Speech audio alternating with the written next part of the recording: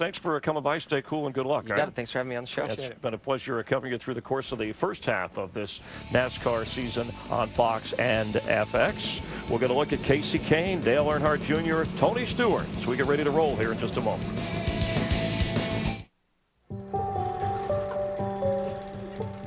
To the World Center of Racing, Daytona International Speedway, the 18th Busch Series race of the season. Mark Truex Jr., by the way, won this race last July. He'll start from row 13. He's replacing the banged-up Mark McFarland in the 88 car for this race tonight.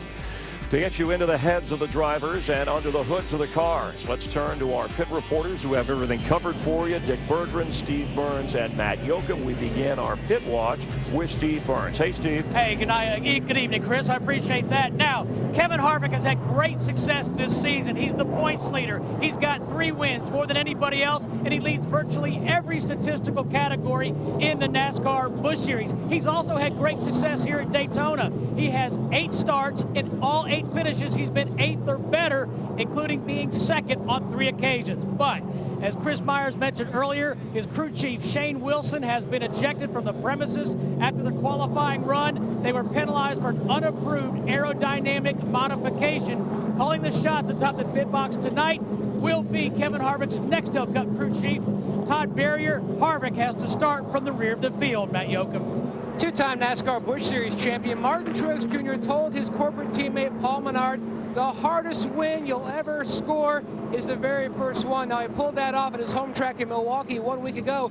Now he's hoping to really start chalking up some victories and hoping to start right here at Daytona. He led 37 laps 1 year ago in the February race, 11 last year, but he didn't lead any laps here in the spring. He says the biggest thing, he's not a huge fan of plate racing, but the biggest thing that you have to learn is, of course, patience. He's starting on the outside front row, hoping for good things tonight in his DEI number 11. To Dick Berggren. Hey, how's this for fun? Tony Stewart has won 2 of his 4 Busch Series starts here at Daytona. He was very fast in practice, 3rd quick in one of the sessions, but he qualified very poorly, 32nd. So he's got a lot of cars to pass to get to the front. Stewart said, no problem, he can do it. And then there's the story of Michael Waltrip. He's won 3 times here in Cup competition, finished 2nd 4 times in Busch Series competition. He was 2nd in one of the practice sessions. He's starting even worse, 38th. But he reminded me just moments ago that here in February, he started 42nd, and with 2 to go, he was in the lead pack. So we got some guys in the back with fast cars. They're going to be moving forward, Chris. All right, thanks, Dick. And ready to roll. Earlier, when the cars were still back in the garage, Jeff Hammond went back there to illustrate something that you could watch for this weekend, starting with tonight's race. So you want to understand the difference between a Busch car and a Nextel Cup car when it comes to their drafting packages. As the air hits the nose of both of these cars, it comes up the windshield the same. But when it gets to the top of the Busch car, here's the big difference. The wicker on top roof of this car makes the air hit it and go above it. It loses contact with the roof like it does on the Nextel Cup car. Air follows all the way back on the Nextel Cup car while the air keeps way above the rear spoiler. That's the reason why you see this gurney lip and a taller spoiler on a Busch car than you do on the Nextel Cup car. You can see how the air stays attached, comes all the way down, hits the spoiler here, but it makes a very small opening that guys can draft up on. Now, but the other side of the equation, as that wicker works, it makes a huge hole, folks. I mean, a big hole. That's where the draft comes into play and the slingshot. All right, Jeff, stay cool out there. Thanks a lot. Restrictor plate, bump drafting, that's what's ahead tonight. Let's rejoin Darrell, Larry, and Mike. Thanks, Chris. We want to tell you about 3 ways that this 250-mile race will be different from tomorrow night's 400-miler that you'll see on Fox. And first is the aerodynamic package that Jeff talked about. The result of that is the drivers can breathe the throttle without losing position or distance to the car in front. And if they pull up and have a run, they've got some pull out to pass horsepower because the car in front breaks such a big hole in the wind. That's one big difference. Yeah, the other big difference is the tires that they're running on the Busch cars. They're different than they are on the Cup. The reason being is these cars that got the bigger fuel cell, the Busch cars do, they can make longer runs. So Goodyear felt they needed a tire that would be a little more durable, so it's a harder tire. But the consequences is the cars aren't handling as well. And these guys have gotten their hands full. I don't know how many guys have told me my car is not driving anything like it did here in February. I'm sliding all over the place. That's going to create some real issues cars. And Larry, with that bigger fuel cell, what's the strategy going to be like? Well, this is actually a fairly short race, 250 miles, 100 laps. With those bigger fuel cells that host 22 gallons of fuel, these guys can go over 50 laps on fuel. So I would say a lot of these guys are thinking about doing it on one stop. The other reason, if you can stay to the front of the eye of the storm, you'll stay out of the eye of the storm. Eye of the storm is something you hear frequently in Central Florida this time of year, and not just on race nights.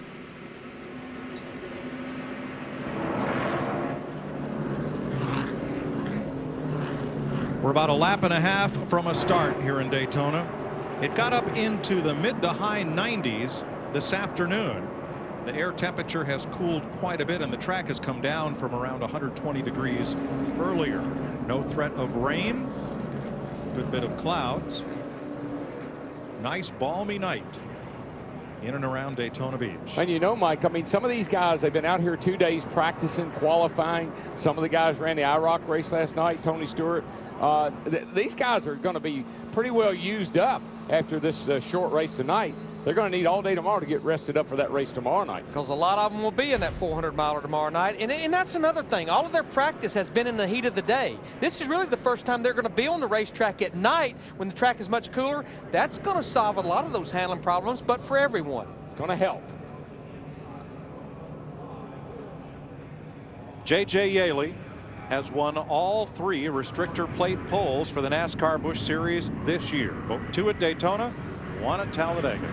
And this is their final restrictor plate race of 2006. They do not go to Talladega in the fall when the Cup cars are there. Here's our DLP HDTV cable cam. Floating above the tri-oval area on pit road and the front straightaway here. You do that, a little crank it up. I don't know if life can get any better on a Friday night. I like it, baby. Daytona Beach, 4th of July weekend. Got the lake, got campfires, got people ready for some action. We got the grass cam, or the asphalt cam, whichever you want to call it. Or the crushed shells and some binder, like a lot of the pavement here in Florida is cam.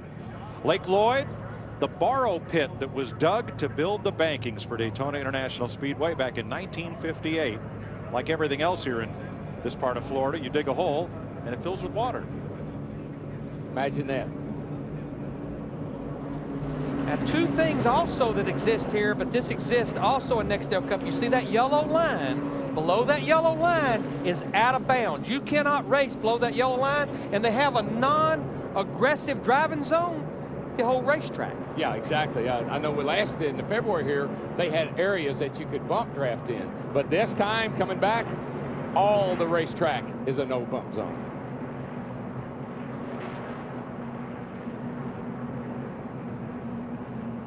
This track will transition somewhat from sunset to nighttime. It's going to get faster, that's for one thing. Guarantee you. Well, it gets faster because the cars pick up a little grip, the engines are happier, and the drivers are happier. So it just makes for more speed. 16 double-duty drivers running tonight and tomorrow night in the Nextel Cup race. Tony Stewart and Martin Truex Jr. 3 scoops.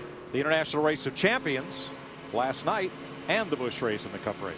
And based on what we have seen here in Talladega with the Busch cars, if we can get through those first 10 or 15 laps, then we can maybe breathe just a little bit. Can we get through the first 1? Well, we hope so. We hope That'd be nice, because with this aero package, it keeps them bunched up pretty much all night long. Fast track Friday night. Here we go in Daytona. Well, DW, in honor of our 6 years of doing the Busch Series, NASCAR on Fox, you better reach up there and pull those belts tight. One more time, let's get this Friday night party started. Yeah, baby, this is it for you Busch boys. No more boogity, boogity, boogity from DW. But tonight, it's boogity, boogity, boogity. Let's go racing, boys.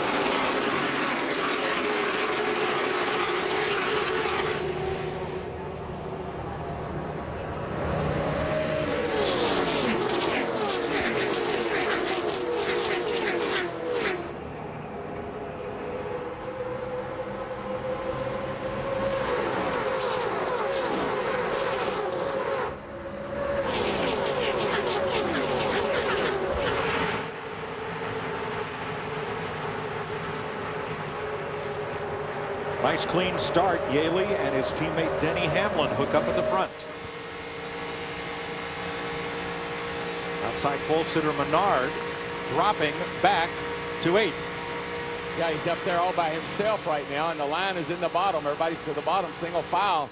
He's going to have to try to duck in there behind the 06 car, and I think he'll be able to. J.J. Yaley, who finished second in Kentucky and third at Milwaukee in his last 2 Busch races, out front.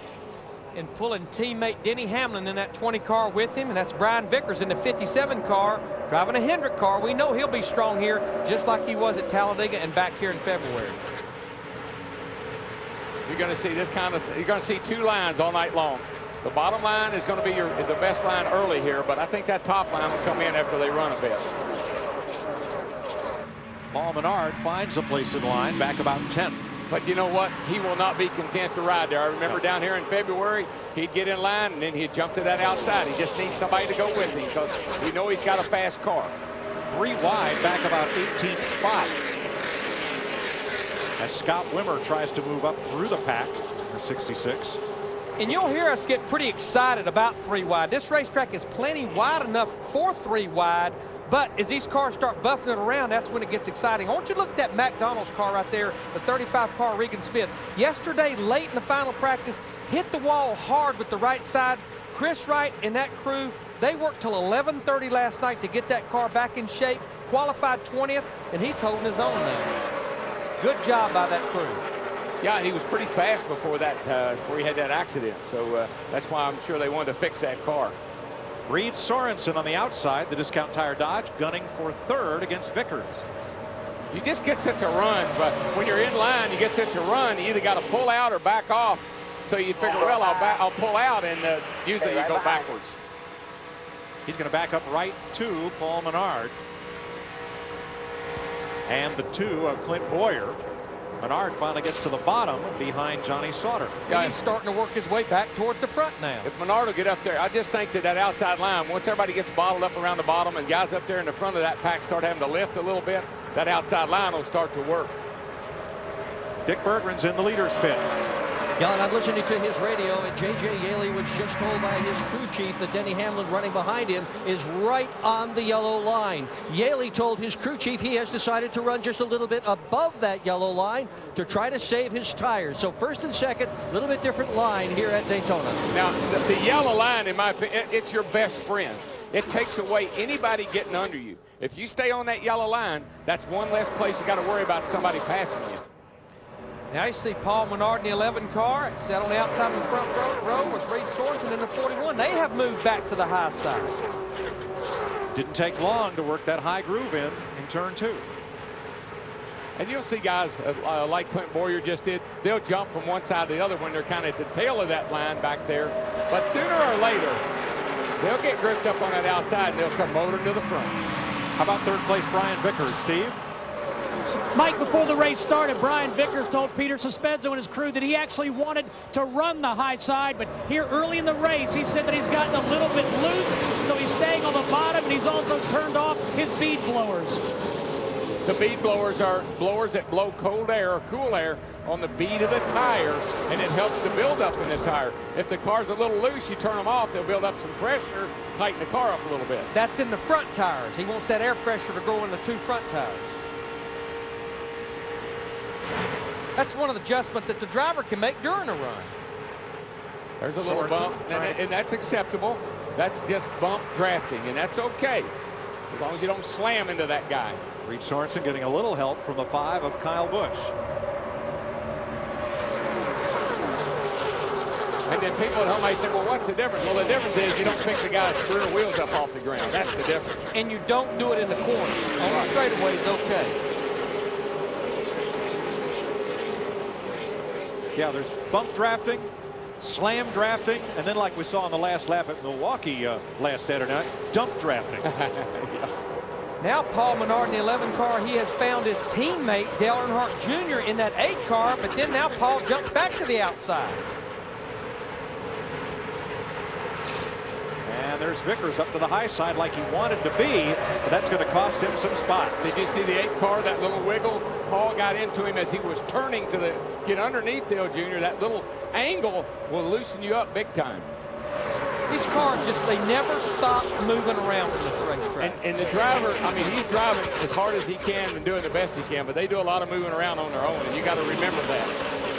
Let's watch this little move here. You'll see the 11 car kind of go across make the move across the back of the 8 car. Now watch the 8 car here. It's the 3rd car in line there.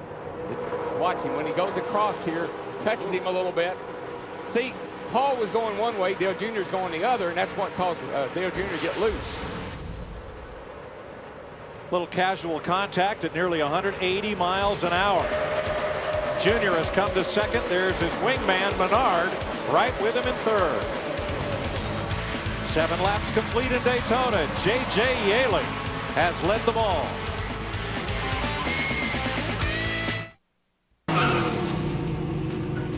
NASCAR World Series Racing on FX is brought to you by Of this, we totally act like we're together. J.J. Yaley led the first 8 laps. On the right of your screen, you see Dale Jr. going after him for the lead. Denny Hamlin got it. Hamlin has led the last 3 laps as he fought through way on the inside 3 wide to take the front spot. He just got a heck of a run down that back straightaway and just drove to the inside. Now Junior's been up alongside him. They were half a car length apart at the finish line last time by. And now Dale Jr. in that bright red Johns Mansville car has faded to 4th as Reed Sorensen goes past. He just can't get enough help up there on the high side. Help's coming though. He and the 11 car get hooked up. That's a good combination right there. That's Stephen Light in the number 90 Robert Yates car on the high side behind Menard in the 11. As we went to break, Brian Vickers, running on the outside, found himself in the wrong place when they got 3 wide. Johnny Sauter, Kyle Busch, and Vickers. Sauter just makes a little move up toward the 5 car there, and it pushed him over into Brian Vickers. And Vickers ended up with the most damage in that deal. Left front tire rub there on Vickers' car. But that's what we're talking about when they're 3 wide. The racetrack's wide enough that someone makes just one small wrong move. That group continues to battle. How about Brian Vickers, Steve? Mike, initially Brian Vickers thought his tire was going down, but he told crew chief Peter Suspenzo just seconds ago that he thought the rub was getting better, and Peter said, you're going to have to make that call. Try and ride it out if you can, but don't be crazy. Car in the wall, turn 1, got away after a scrape. Reed Sorensen and Menard, they got together and they just couldn't get off of each other, pushed each other right up to the wall. Sorensen paid the big price on that go around. That's the downside of being on the outside. Watch this. Watch the 41. They hung together. Sorensen gets up there. I don't think he made any hard contact. Don't look like he hardly even touched the outside wall. I think that's another advantage to this aero package. You got so much rear blade that when this thing turns sideways, it just buries itself and you're able to drive out of it. Dale Jr. continues to fight Denny Hamlin for the lead. Now he has Carl Edwards in the 60 car behind him, pushing him up through there.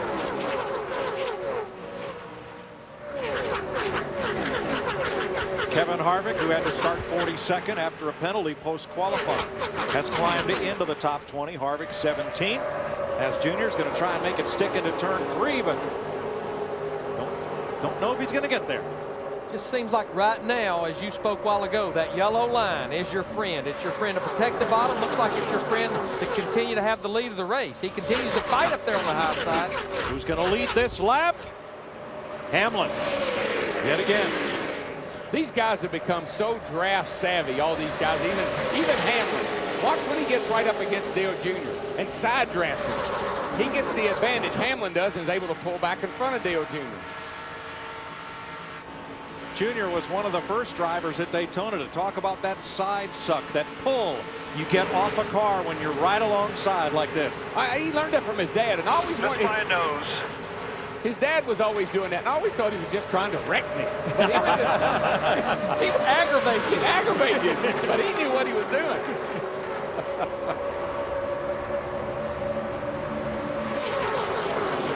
Well, can Junior lead this lap? Little bobble by Hamlin coming off 4. Advantage at the line. Dale Jr. He led that one. See how Junior tried to get out away from him that time? By yourself. Two back to that line helping you. Still inside, 3 rows deep.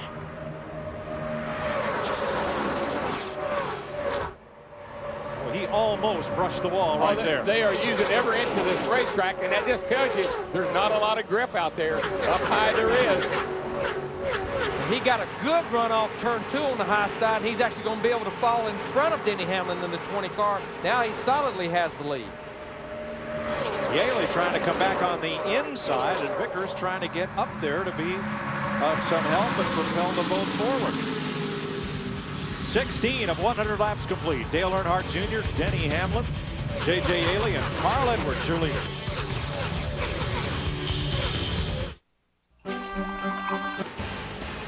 The sun is set in Daytona Beach, and all those candle power light up the night sky from the Goodyear blimp. Goodyear Eagle tires with carbon fiber technology for enhanced handling and performance. Bringing you our aerial coverage tonight. Things are settling down just a little bit here at lap 20. Now, you heard Chris Myers in the pre-race talk about Kevin Harvick, the 21 car, our points leader. His qualifying time disallowed, unapproved aerodynamic modification started at the rear. He has now cracked the top 10. It's almost like he waited till things settled down a little bit, then he started working his way up through there. Oh yeah, I watched him. He wasn't even aggressive on the start. He just fell all the way to the back and rode along there for about 5 laps, kind of looking things over. Larry, must have been a pretty serious infraction because they escorted his crew chief out of the speedway. Well, it was totally different from what happened to Chad Knaus for the Daytona 500 with Jimmy Johnson, but very similar. Aerodynamics at Daytona, they disallowed his qualifying time, and I'm sure more will follow on Tuesday. That's somewhat penalty day with NASCAR. Probably points and a monetary fine. But Harvick is coming. He's cracked the top 10. Just past Johnny Sauter for 8th place, and he's right up there to the lead draft. Kind of looks like the old days with the 8 car, Larry. Like, follow me, I'm the Pied Piper. That's it. They line up behind him, but there's Carl Edwards looking underneath him, and as good as Junior is up high, Carl is that good down low. And JJ right there in the 20 car Hamlin. And here comes Brian Vickers in the 57 car. Remember, had that incident off turn 4, had a tire rub. He's worked his way back in the top. I tell you, I've been impressed with Vickers' improvement on these restrictor plate races. I mean, he did really good at here in February in the Cup car. Had great runs at Talladega, finished 2nd, finished 3rd in the Cup race on Sunday over there. And tonight he's up here looking pretty good. And we know he's got a little damage from that contact earlier. He just doesn't have a teammate up there right now like he did at Talladega. And where's Tony? By himself in 26th place in that Dollar General Chevy. 9.5 seconds off the lead. Jeff? Mike, I've been watching Tony. It's almost like he got shook out of the draft. And once he lost him, he is now slowly, surely going back toward this other group, which is being led by Casey Kane and Bernie Lamar, which happens to be one of his teammates. But definitely his car is not working very good. And Dick Bergen, what's he saying on the radio? Well, he says he is just working the steering wheel as hard as he can. He said, quote, the car is real unhappy. But let's remember back to February. Tony Stewart also had a new car. Huge adjustments required to get the car to handle properly, including a shock absorber change. He won the race. Yeah, not counting an off-track excursion. That's right. Down through the infield, back up on the racetrack. Whatever's ill with that car, they've got 77 laps to figure it out. Tell you what, pretty impressed with this young man right here, Stephen Light. This is only his 7th Busch Series start driving for Robert Yates Racing. He qualified up there in the 4th position. And you know what? He's been very patiently hanging out here in the top 10. Right now, he's up there battling in the top 5. Good run for this young man. Well, you know, Larry, the Yates cars in general always run good at Daytona and Talladega. I mean, if they're looking forward to going somewhere, it's here in Talladega. And the Busch car is very, very the same way. 4 drivers within 1 second of the lead, but Matt Dale Earnhardt Jr. appears to have a car that can pull away. Junior has tried the bottom, he's tried the top. Junior says the car is just way too loose on exit. He needs to be extremely careful when he tries to run the bottom. That's why you see that he has climbed to the high side for the most part.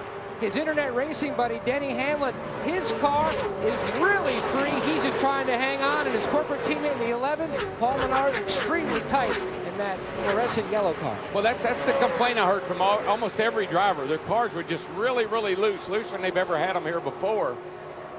I'll tell you somebody else. We've been talking about Kevin Harvick, the move he has made from the rear of the field. Michael Waltrip in this 99 car, he started back in 37th. He has now worked his way up to the 14th position, but you know what? He's got some big shoes to fill. David Ruderman, the last 3 races in this car, top 10 finishes. It has caught Michael's attention. Of course, it's getting mine, too, because I'm going to drive that thing in a couple of weeks. Oh, yeah. Martinsville, July the 22nd. Another Ford brother. Stephen Light has moved into 4th behind Earnhardt, Yaley, and Edwards. 28 laps in here in Daytona, your 4th of July weekend. Glad to have you with us watching Busch Series racing here on FX. And Dale Earnhardt Jr. leading his 8th straight Daytona Busch Series race. Of course, he has 4 wins here. Second all-time only to his father, who had 7. Jeff Hammond, let's talk a little bit about the way Dale Earnhardt Jr. has taken control of this race. Well, right now, I mean, he's got it from the top side. He was talking how loose his car was. But I think talking to Tony Eury Sr., he's going to let Pop know exactly what he needs to do the first time this car comes to pit road. They'll make some adjustments to get it back where he can go to the bottom of the racetrack. But right now, he's just out there cruising, and I think this is where experience comes into play. He recognized early he needed to get up top, keep that car, under him. He's done a really good job so far of keeping it wide open. A lot of guys can't keep up with him. We've only had a couple of lead changes, 3 different leaders. Denny Hamlin, who last year, Dale Earnhardt Jr. told us he was the most underrated driver. And those two have had a little competition in video games where usually Hamlin gets the best of them, even racing a little dirt track. But Jr. getting the best of this right now. Right now he is, but I think, again, a lot of these drivers can't wait to get to pit roads. We watched Denny Hamlin going to the high side of Brian Vickers, trying to fight back and regain 4th position. But for a lot of these teams, they're talking about what these cars need on that first pit stop. Track's starting to cool off from the day's hot sun. It may get a little bit more grip, but I think a lot of teams are really looking to that first pit stop, which won't be that far down the road here, of what they need to do to make the right adjustments to get up through there. But guys, one of the cats that's been running pretty good happens to be John Andretti. I thought he started back here at 30th, worked his way up in the top 10. Talked to John earlier. He felt like his car was going to work really well. He's got experience as far as winning here. So he may be a factor before the night, and we've seen a lot of these Busch regulars get stronger in recent races. Andretti in the 10 car, a 43-year-old rookie, and you see that the youngster Light is all the way up to 3rd. Mike? Dale Jr.'s opened up a lead of 3 seconds, and he did it in traffic. There was a pack of 4 slow cars running by themselves, and when Dale came up and lapped them, he got through them easily and cleanly. Obviously, Carl Edwards, Stephen Light, Brian Vickers, and the rest of the pack did not. I have not seen a car this dominant in a restrictor plate race, and I can't remember when, Larry. I mean, his lap times are it's 3/4 of a second faster than second place Carl Edwards. Yeah, not in Nextel Cup, not in Busch, not with any aero package have we seen this. I mean, when you're that much faster than everybody else, you're not going to race them. You don't have to race them, that's for sure. Been talking about Kevin Harvick, that 21 car points leader. He has now moved up to the 4th position right there in the 21. Steve, no problem coming from the rear for this 21 car. Larry Mackey's having a good time out there. I think the track is starting to go through a change right now. Kevin Harvick just said, I started off loose in, and right now my race car is tight off. Dick? J.J. Yaley, who had started on the pole, has dropped back to the 6th position. He said that his car has become extremely loose. Stephen Light, who, by the way, is just 19 years old, driving car number 90, had worked his way all the way to the 3rd position, got shuffled back to 8th. His car also very, very loose. They had worked on that car to try to tighten it up for the race. Matty. The 60, Carl Edwards running in the 2nd spot. Now his car a little on the free side, but he doesn't want to make a big swing at it when they make their pit stop as far as adjustments go, while some other guys are really looking to make significant adjustments, like the 5 of Kyle Busch. They want to make wedge, significant track bar, 3 rounds up, and air pressure on that 5 car. Thanks, Matt. Stephen Light may only be 19, but he knows how the new NASCAR works. During a televised interview yesterday, he managed to mention his sponsor twice. Had to look to be sure of the name of his crew chief. That's the new NASCAR, Larry. And he never blinked an eye with that sponsor mentioned.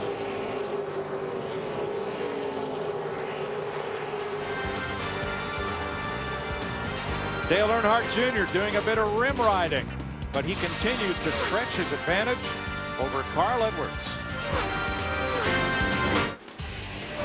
NASCAR Busch Series Racing on FX is sponsored by Smooth Busch Beer and easy drinking Busch Light. Busch, proud sponsor of the NASCAR Busch Series, 25 years running.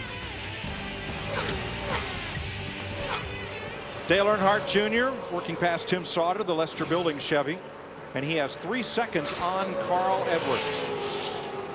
What's making this car so fast, though, Mike, is he's able to, I guarantee you, he's holding it wide open. And everybody else they're having little handling issues. I'm not saying Dale Jr. doesn't have handling issues. We'll see him here in a minute. And he's making it look easy, but it's not all that easy. Just watch what I'm talking about. I mean, he's out here pulling away from the field, but he's not on cruise. Watch his car move around. Right there, he just about gets the back of it into the wall.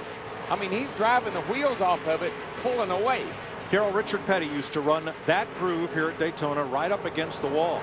And Petty said he found that the pressure of the air coming off the car created an air cushion between the car and the wall. It wasn't stable. The car would bounce around a bit, but it wouldn't hit the wall because of that cushion of air. And you have to get the confidence, Mike, that it's not going to hit the wall. Right. Stay in the gas and drive it, not back off and say, oh, gee, I'm going to hit the wall. Now, later, engineers found that made the car more draggy, shoving that air between the car and the wall, and in some cases could slow a car down. So you don't see it happen as much, but Junior is right up there in the Richard Petty groove. I doubt if the car that Richard Petty drove had the aerodynamic research and development that these cars today have. That's for certain. Now, Carl Edwards in the 60 car, he has about a 3.5-second lead on this battle right here for third between Denny Hamlin and the 20, his teammate J.J. Yaley, as well as Brian Vickers in the 57 car on the bottom. I mean, other than Junior, this is the way we normally see restrictor plate racing going here. Everybody kind of wadded up in a pack. Here comes the Coast Guard to the rescue. Kevin Harvick passes Clint Boyer, goes after J.J. Yaley, and if he completes the pass, we'll move up to 5th.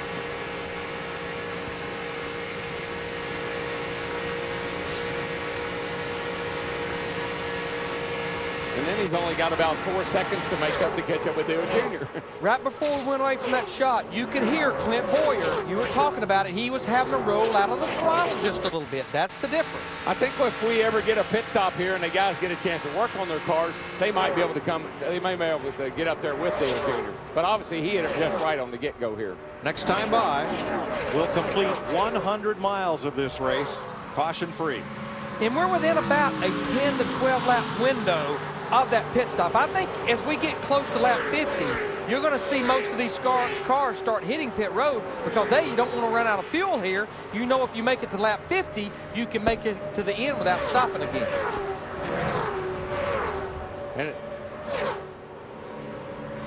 Junior the leader, Edwards 4 seconds back, and Brian Vickers 8 seconds back in third. There he is, right here. And here's Steve. You know, Mike, we always hear how important handling is here at the Daytona International Speedway. Brian Vickers in that third position just told his crew handling is more of a factor right now than the draft. Well, when you have to get out of the throttle, you better believe it is.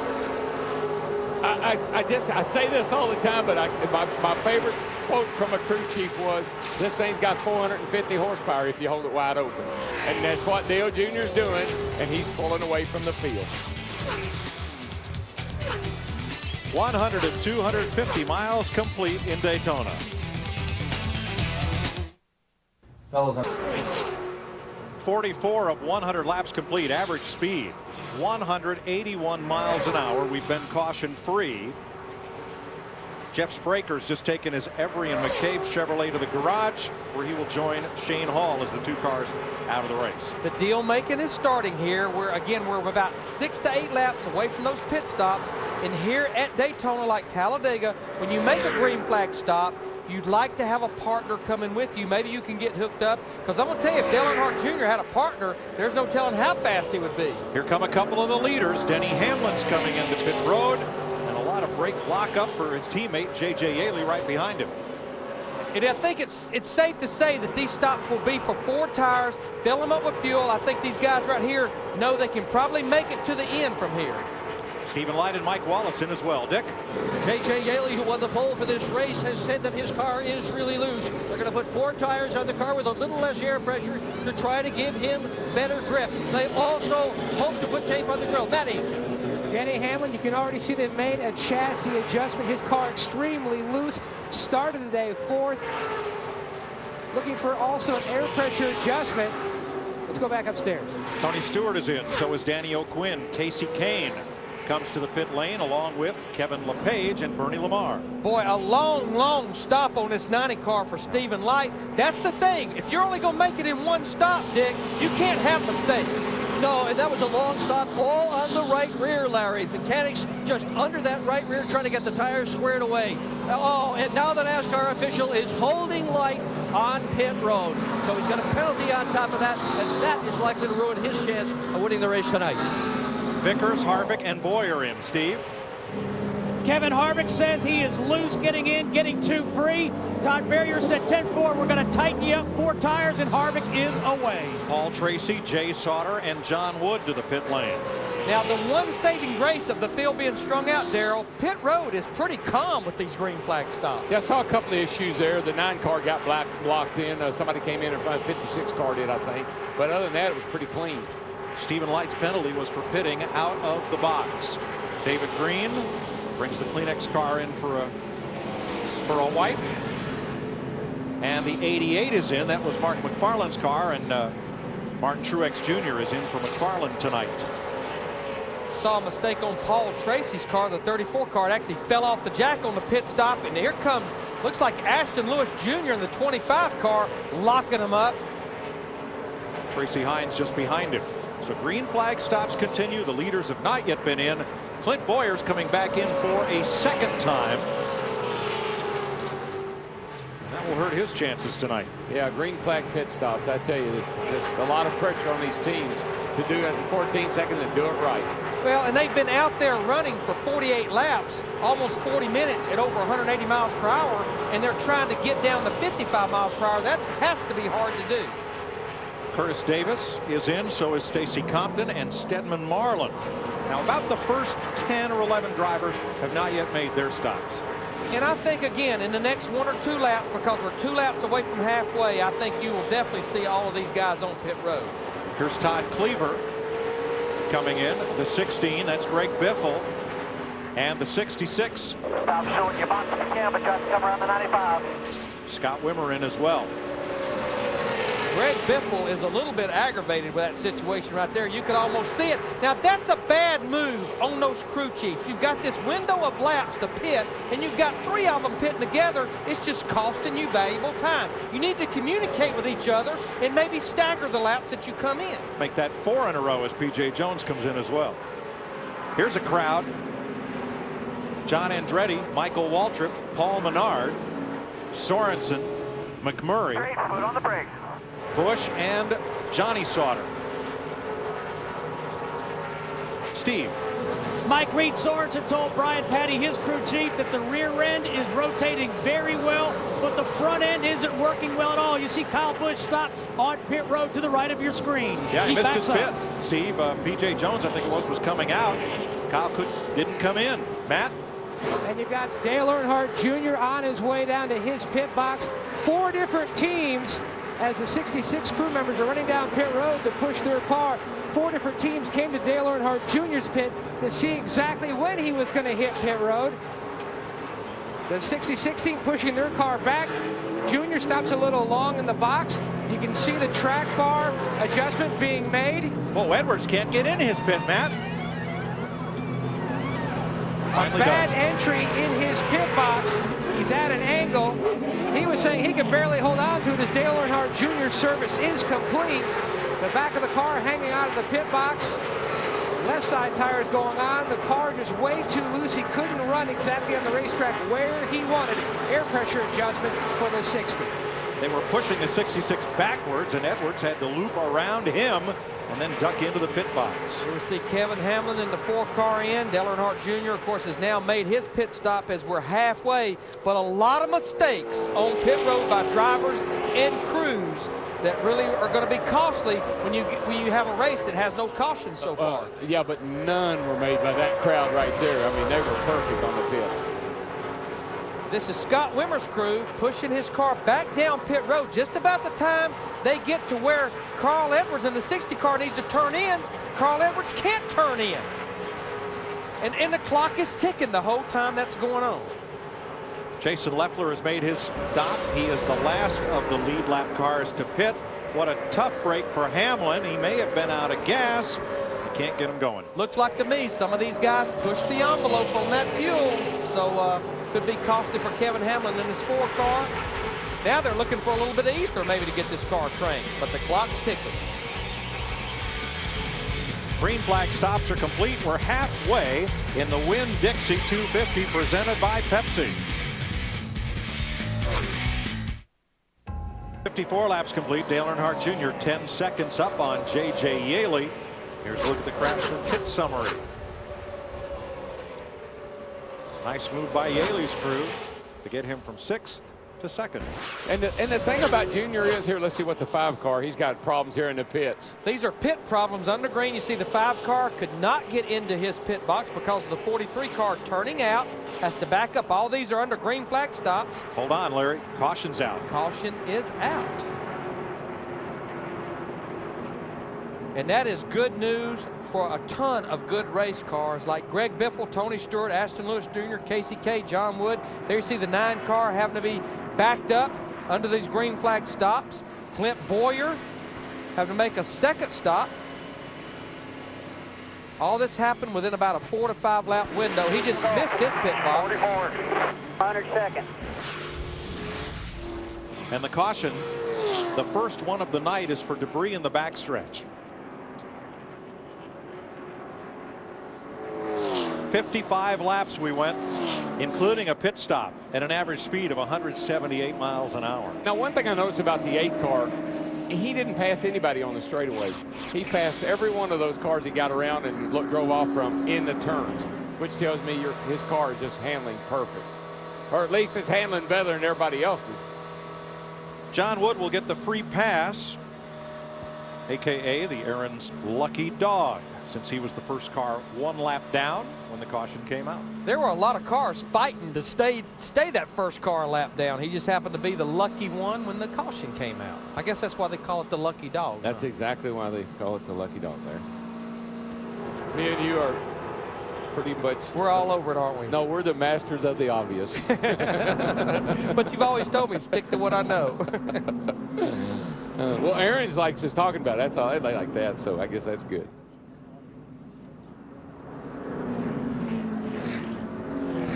Matt? And Dale Earnhardt Jr. out front. Now, this is a lot of conversation back and forth about that 8 car and its handling. They've made gains, but this is some conversation between Jr. and his team right before the caution. I'm not leading, am I? Yes. By 10 seconds, over second. Oh, I thought that's the leaders in front of me. Negative. Ghost Rider. Sorry, Pops, I didn't take back what I said. Evidently the pattern's not full because now the 8 guys are up on the wall, possibly going to hit pit road. A lot of conversation back and forth between Tony Eury Sr. and his nephew Dale Earnhardt Jr. So the car now just a tick on the tight side. It was loose that first run. Oh, I think even though it's only been, Matt, 6 or 8 laps since most of these guys were on pit road, they really haven't had a chance to adjust on their race cars. I think you're going to see a lot of them possibly make pit stops here. Plus, you're going to buy yourself some insurance now, Larry. I mean, this thing, like we talk about, if it goes into overtime, you're cutting it pretty close on fuel. You might want to come in and top out and put a little fuel in her. Didn't happen. Pit road is open. The leaders stayed out. Well, Dale Earnhardt Jr. stayed out. Here comes the rest of them. Well, this should make things really interesting. Carl Edwards leads J.J. Yaley, Denny Hamlin, Brian Vickers, Kevin Harvick, Menard, Wallace, Andretti, and a whole lot of others down pit road, Steve. Kevin Harvick said he was way too loose on that run, so they're going to make a track bar adjustment down 2 rounds and an air pressure adjustment out of the right front. Dick. Yaley's car was handling far better after the last pit stop, but he would not have had enough fuel to make it all the way to the end. Here goes the pit stop to that. And the 60 in. Still trying to work on the balance of Carl Edwards' car. He's away. Air pressure adjustment for Edwards. Tough stop for Casey Kane. He came in, locked up the brake, and overshot his pit. They had to back him up. Honestly, I am not surprised with what happened there. Dale Earnhardt Jr., an awesome race car. It's driving good. He only had 4 or 5 laps on his tires. Everyone else obviously needed some adjustments to try to just get in the same zip code as this 8 car. We're under caution for the first time tonight for debris in the backstretch. Dale Earnhardt Jr. leading. 30 days. You're watching NASCAR Busch Series racing on FX. 42 laps to go. Only 1 caution so far. The record for fewest cautions in a Busch Series race is 3. And right now, Dale Earnhardt Jr. threatening to pull away. Kyle Busch, Larry, Darrell, and Mike have referred to a pinball type of series of racing. There's Reed Sorensen, Johnny Sauter caught up in the bump drafting. We have not had any major crashes or wrecks, and it's been close from start to finish. Yeah, we already see bump drafting started early on tonight. Kyle Busch gets a little bit of a bump to the 64 car, but you know, the thing is right now, Chris, the cars are not handling very good, so we're not seeing a whole lot of this early on in this race. It was on lap 16, and we saw some pit problems having an effect. This is J.J. Yaley, the pole sitter. He's saying, get tape. Yeah, he needs a little bit of downforce on the front of his car to try to help up a little bit. Crew member gets it on just as it drives off. It didn't stick, though, but he got a chance later on to put it back on.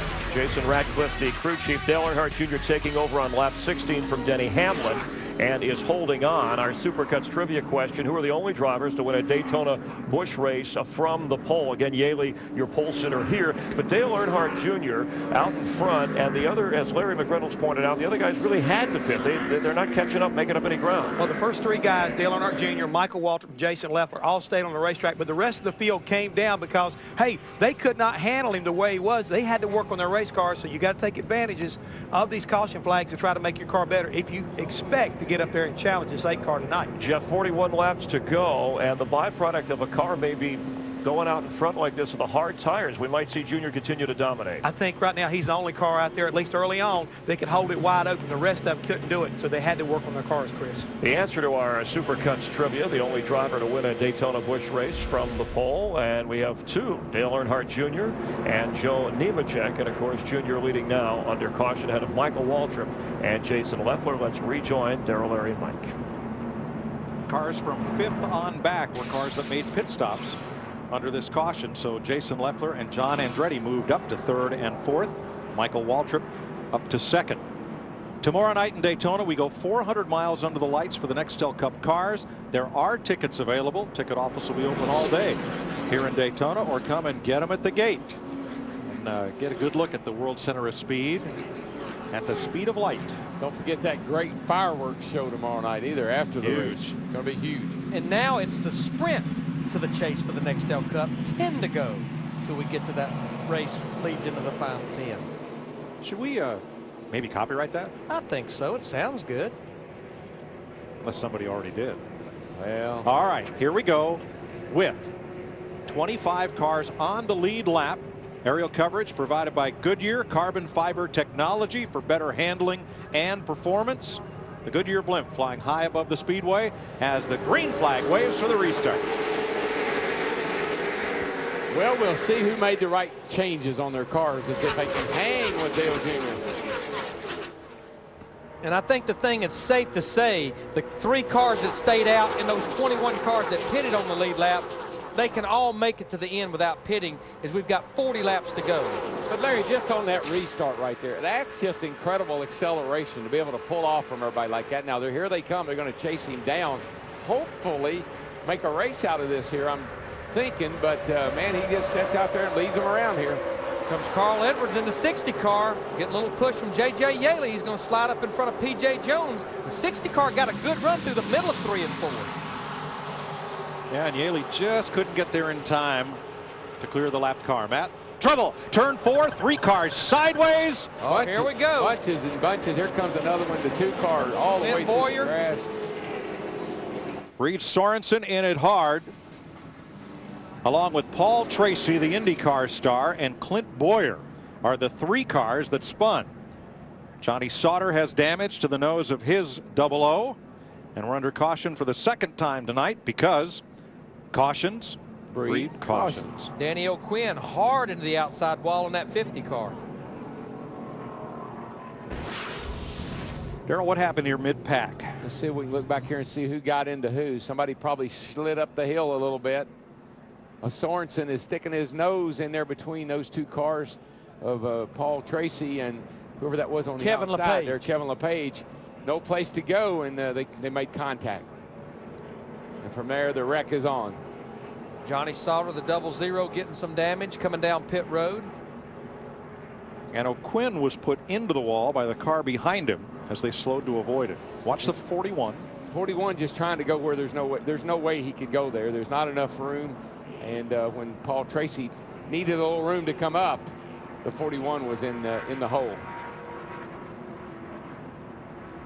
Paul Menard, the 11 car, down through the grass. Now, in the defense of Sorensen, he's got people on his back bumper.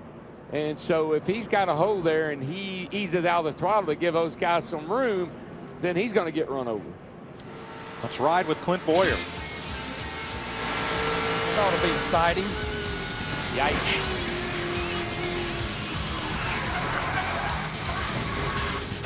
All the drivers out of their cars and okay.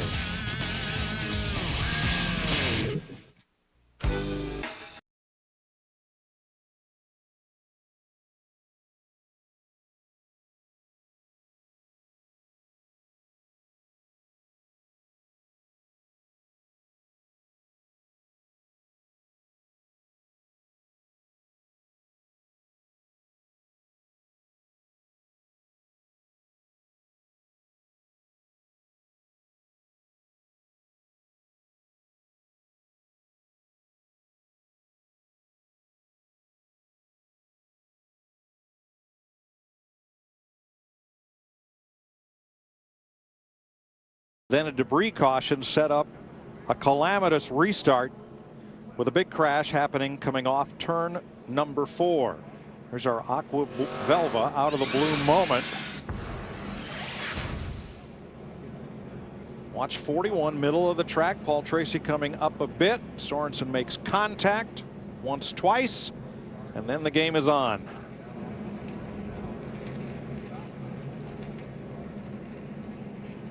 Of people did a nice job of getting through that mess. That's at real time. This one.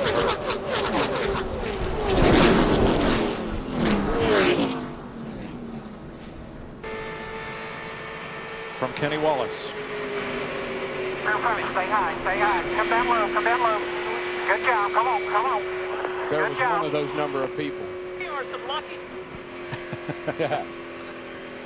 That's our Aqua Velva out of the blue moment. In the head, get it slowed down. I'll tell you where to go. Just get back down.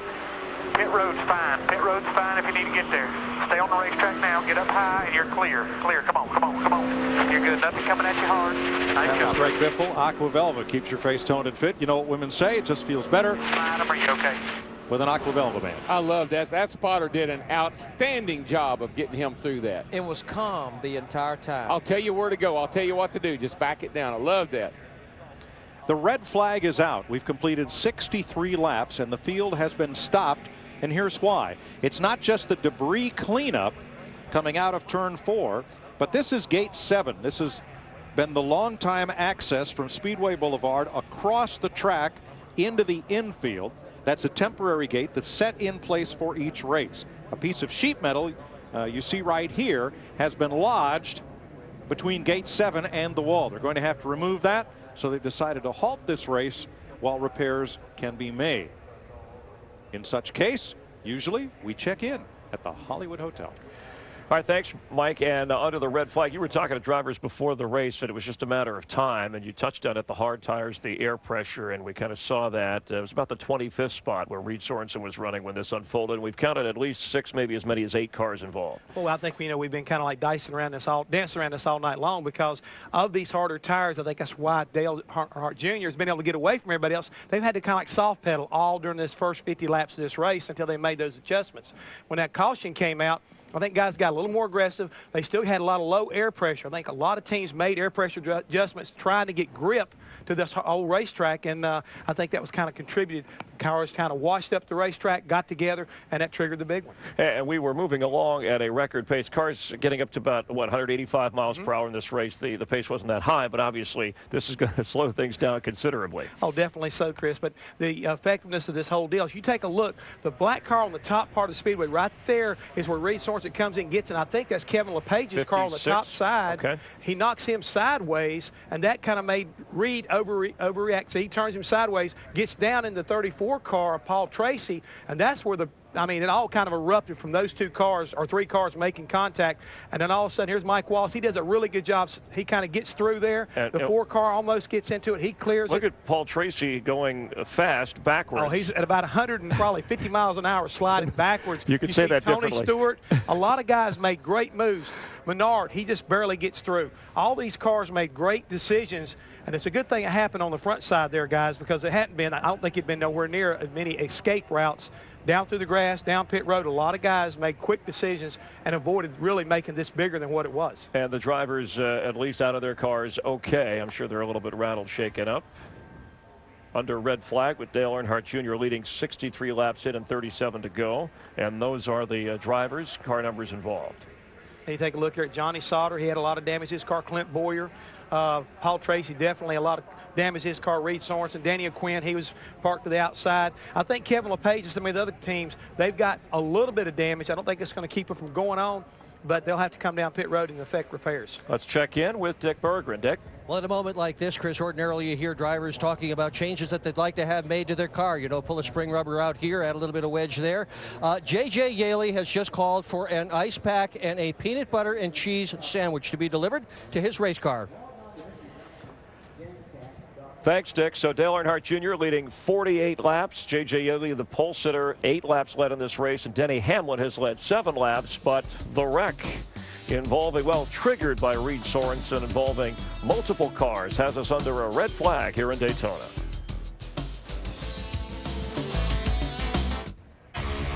Welcome back to Daytona. Tomorrow, NASCAR and Fox returns with Nextel Cup Racing. From right here, the world's best drivers take the track. Defending champ Tony Stewart trying to defend his title on NASCAR's most famous track, the Pepsi 400, 7:30 Eastern, 4:30 Pacific, in high definition, only on Fox. On the pre-race show, we'll talk live with Jeff Gordon, go 10 laps with Jimmy Johnson. And this is your front row. Roush Racing's Boris Said, surprising some folks. The road course specialist, Tony Stewart, the defending champ. You weren't as surprised, though, with the Roush cars and Boris Said? Not really. I think we've seen that Jack Roush, especially with his Roush Yates power, that they can sit on a pole. And they really put a great effort behind Boris Said. I mean, Frankie Stoddard, the crew chief on this car, they did a great job preparing it and getting it where they could qualify. Now, he may start on a pole, but being this an impound race, he may not race quite as well as he'd like to. Let's check out the race summary for this race. Currently under the red flag, Dale Earnhardt Jr. at age 31, who has had great success here, has led 48 of the 63 laps. We've only had a couple of lead changes and a couple of cautions, and they were close together. And as you saw moments ago, we counted as many as 7 cars involved in that wreck. It looked like Tony Stewart was involved in or around that. The guy who was involved in maybe triggering that wreck, Reed Sorensen, and our Steve Burns is with it. Thank you, Chris. Reed Sorensen just out of the care center. And Reed, first of all, glad you're okay. From your point of view, what happened? Well, all I know is we started on the outside there. There was a lot of lap cars, and I think it was the 56 came up in the lead lap lane there pretty quick. And I was going to shoot through the middle between him and the 34 car, and the hole closed up real quick and got into the guy on the outside when the 34 was coming up. So that's one of those things that happens here at Daytona and Talladega a lot. But we got a pretty good car tonight, and the tire that they chose for us is really slick out there, and I think that's why you're seeing everybody so spread out, is because it's just so slick out there. All right, good luck tomorrow night, Reed. Appreciate it. Glad you're all right. Matt? Steve, NASCAR just passed on word to the drivers about 3 minutes from having the work completed on the gate. Now, Tony, you're a senior. The biggest question your nephew has had is, do you remember the last time you had a 10-second lead at a place like Daytona? He said he remembered me having one, but I don't remember it. But, you know, the Menard Chevrolet, it's pretty good tonight. And, you know, it was just a matter of the same old Daytona in the summertime. If you can hold the throttle wide open, that's the guy that's going to win the race. And pretty much that whole run, he held the throttle wide open. There was one section in there he said he had to start getting off of it a little bit, but pretty much he's running wide open. He said, I'm so loose that I'm wrecking. And I said, well, everybody else behind you is worse because you're 3/10 faster than them. So he ran like 7 or 8 laps letting off the gas. And then he said, well, it's coming back to me now. I said, I'm wide open again. So he just kept pulling away. And then after the pit stop, the 5-second lead turned into a 10-second lead. So haven't seen that at Daytona in a long time. And, this tire just, it's gave us a handful this weekend. We worked hard to get the car as good as it is, and it's still not as good as it needs to be at Daytona, but there's a lot of other people out there that's off. So hopefully we'll get it a little bit better the next time we stop, and maybe these guys won't get theirs. The other question Dale Jr. had, exactly how big is a 10-second lead? And his spotter, Joey Meyer, said it's the entire length of the backstretch. He says, that's surprising because every time I'm on the backstretch, I look at the big screen, and all I can see is the guy running in second. We say we try to dial Dale Jr. up here, and we heard from his crew chief. Let's see if we can hear from a driver. Hey, Dale Jr., this is DW in the Fox Sports booth here, buddy. You got a copy? Hey, Dale Jr., we just talked to Pops over there, and tell the folks at home, if you can, why your car is awesome, buddy. I mean, and we know you're driving the wheels off of it. We got shots of you sideways, and I know it's not a cakewalk, but tell the folks at home why your car is so good tonight. Well, they brought a new tire here, this tire from Talladega or something that's really, really hard, and the car is pushing real bad or really, really loose. There's really no middle ground, and we've been fighting loose condition all week. We just kind of tuned on it. Luckily, we ain't went too far and got tight. Car's just been real loose and sideways, but I hadn't had to lift yet. There's been a couple occasions where I had to get off the gas for a couple of bobbles, but for the most part, I can run the whole corner wide open, and I think a lot of guys are fighting that. Yeah, I mean, this is reminiscent of 2 or 3 years ago down here when nobody could really run with you, and it looks like you got that kind of car tonight. How do you feel about getting to the finish here now? Everybody's had a chance to work on them a little bit. You never know what the competition's going to be like till the very end. Well, buddy, I tell you, you look good out there tonight. This is like days of old. You look like the old Pied Piper. Follow me, and it looks like that's the way it's going to go. Good luck, and thanks for talking to us. Some sort of idea what kind of tires you was running on back in '79, because I couldn't keep that thing on the bottom for nothing down in 1 and 2 to save my life. So, pretty interesting night. Well, you're up there against the wall. You're up there in the Richard Petty groove. You're in the King groove right now, buddy, but you're looking good. Have a good one. You up and running, DJ? They have fired the engines. They're going to restart this race here in just a bit. Tony Stewart had some concern after this incident, and we listened into the Dollar General team as Tony kind of talked about what happened out there. Sorry, I just locked up the brakes, I guess. I didn't think I was that hard on them, but I locked up the right front real bad. No big deal, bud. It's all good. Guys, we got some time here. Just take a good look at everything. If they show this thing on TV here, let me know what it looks like here as far as if it looks like it's already coming apart. Well, we're happy to oblige. Let's have a look here. You will see Tony Stewart come into view near the top of the screen. And let's roll this.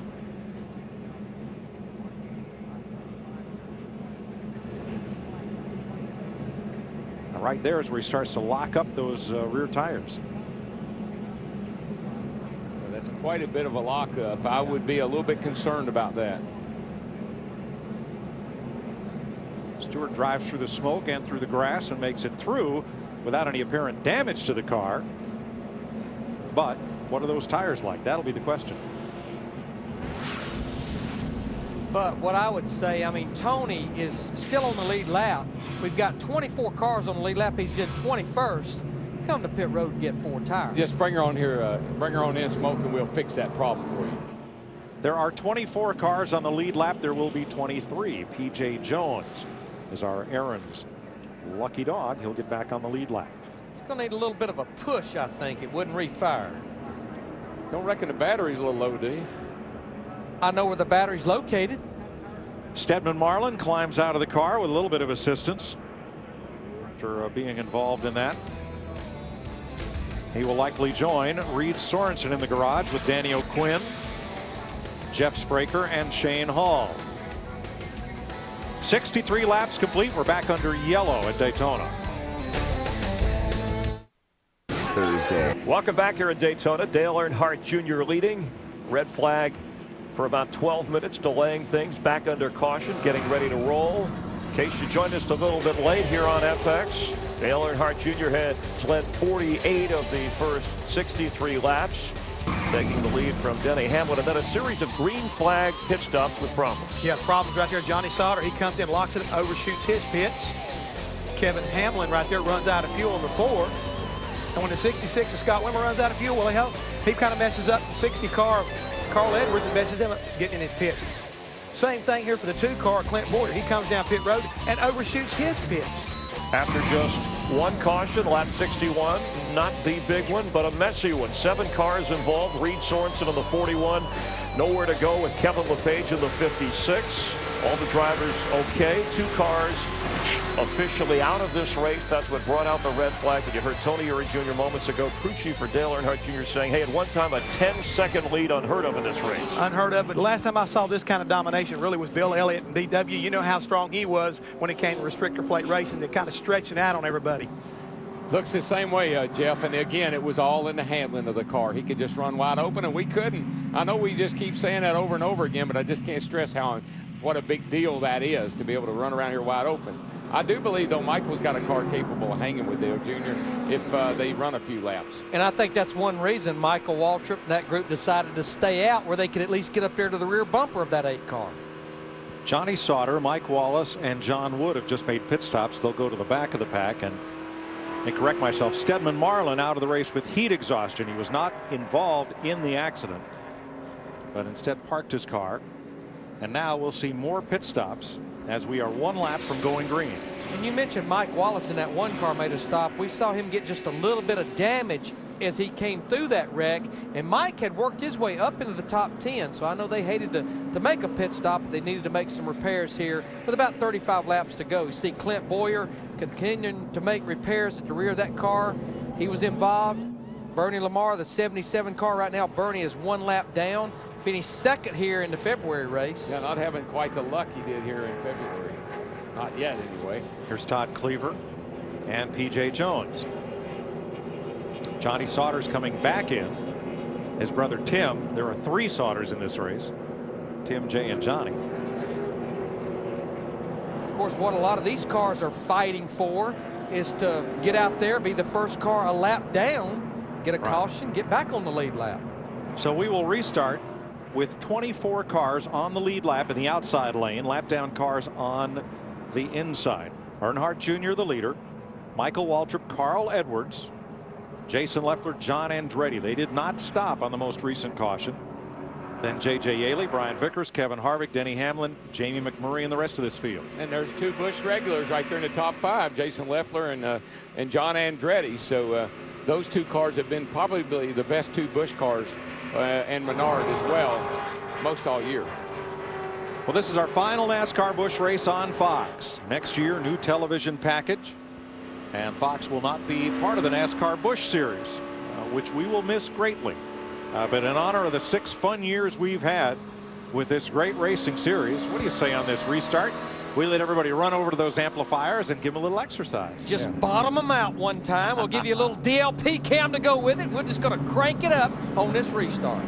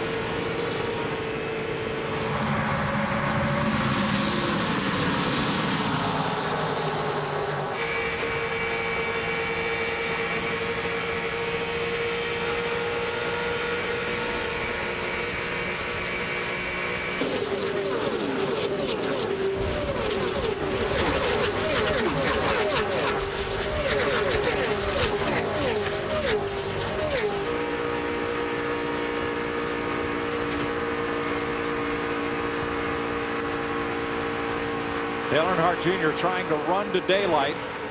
He is faster through the turns, but they gather him up on the straightaways. There's some jockeying going on behind him, I can tell you.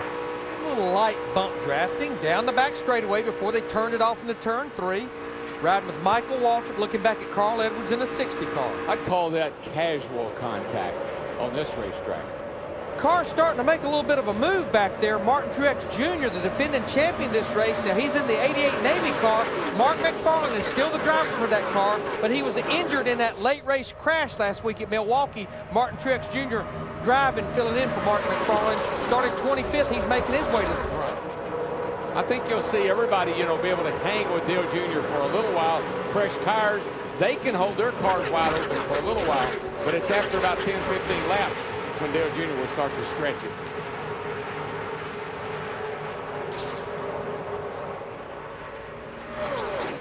John Andretti there in second place. Oh, there's a car. Michael Waltrip. That was Michael Waltrip. Oh, my gosh. Menard's into him.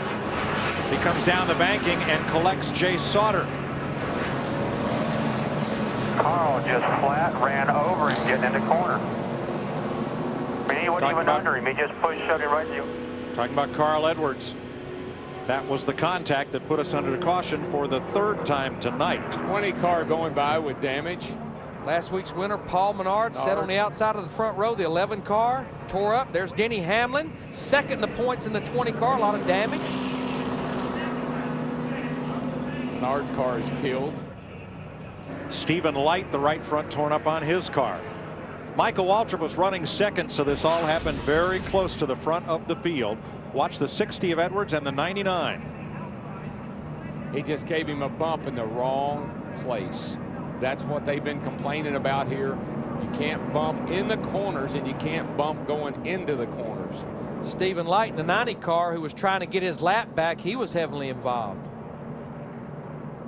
And at the very end, Waltrip slid down the track and collected Jay Sauter in the 0-1.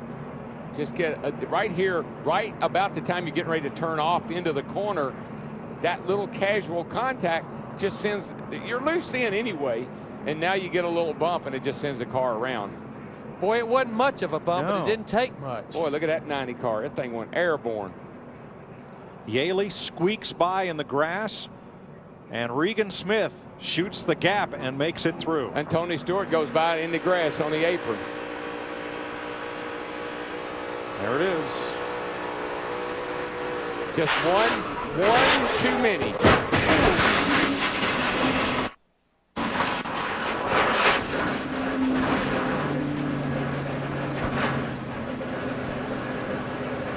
Nice job by our folks at Broadcast Sports, getting the onboard views from Michael Waltrip.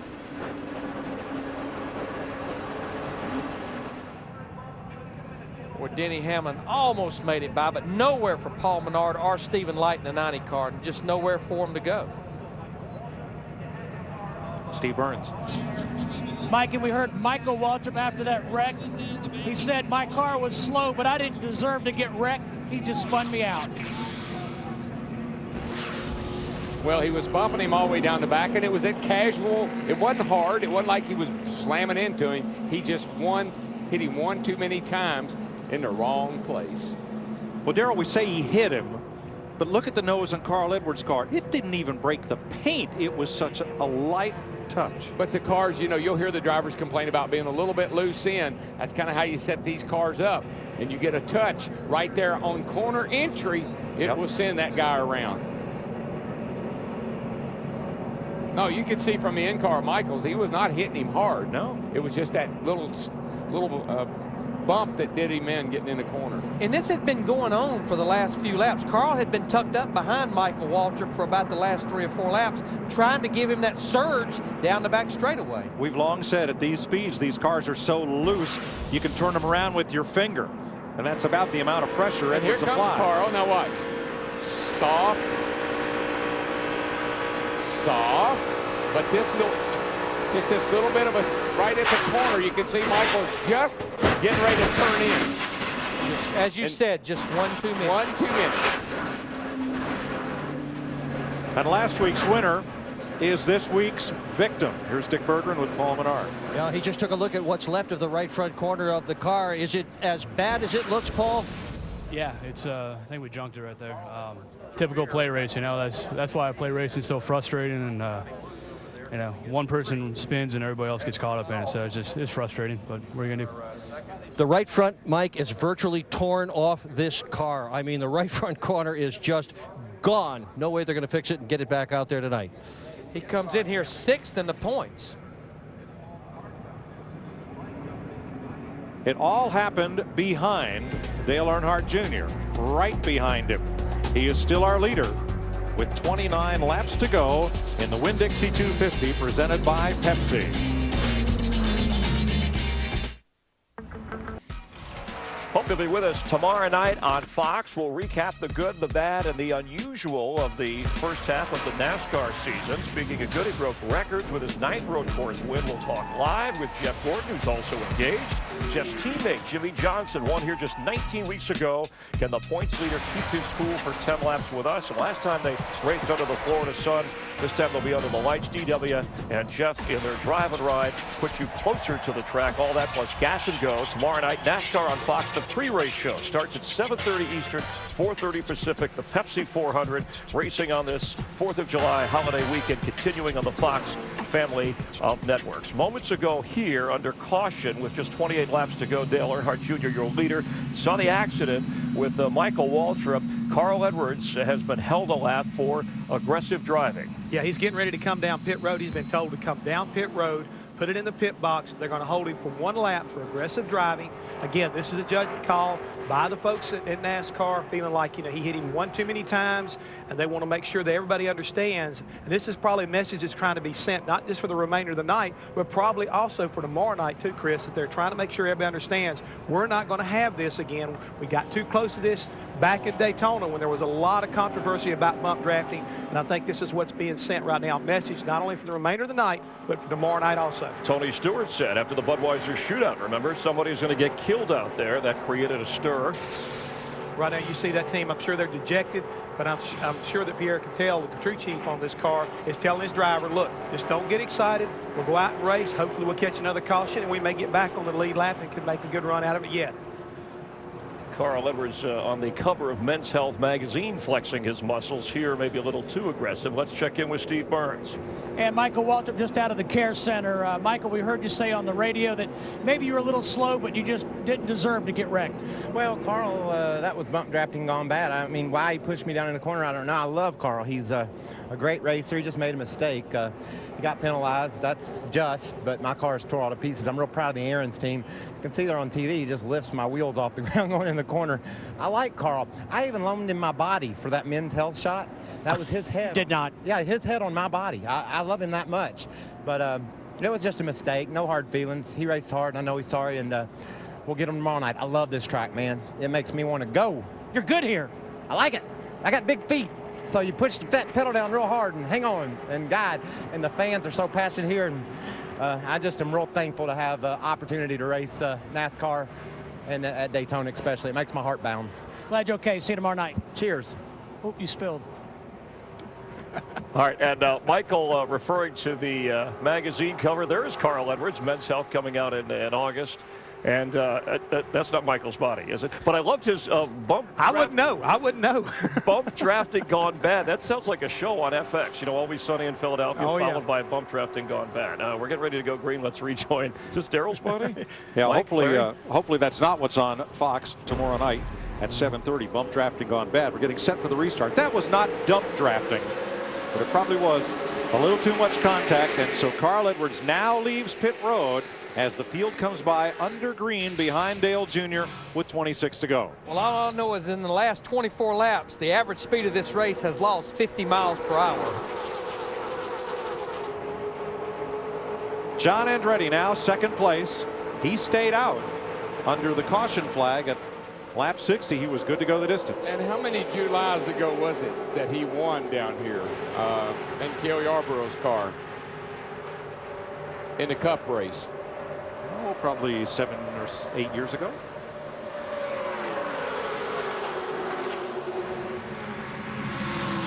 Yes, he did it here in 1997. John looking pretty racy in that 10 car. Brian Kevin Vickers. Harvick in that 21 car looked like he was going to go with him for a minute, but he tucks in behind Brian Vickers in the 57 car. Boys, I got to tell you, these guys have talking about bump drafting gone bad. This is just racing gone bad in some of these cases here. These guys are 3 wide right here. Jason Leffler stuck in the middle between Casey Kane and on the outside Kenny Wallace. I think Kenny Wallace said, I need to back out of here a little bit. Carl Edwards with the penalty. Edwards dropped from 3rd to 26th. 1 lap down. Riding with Greg Biffle. Biffle not had a very good night, but he stayed on the lead lap in the 16 car. He's in the 12th position right now. Clint Boyer in the 2 car, staying on the lead lap after a lot of repairs, up there in the 13th position.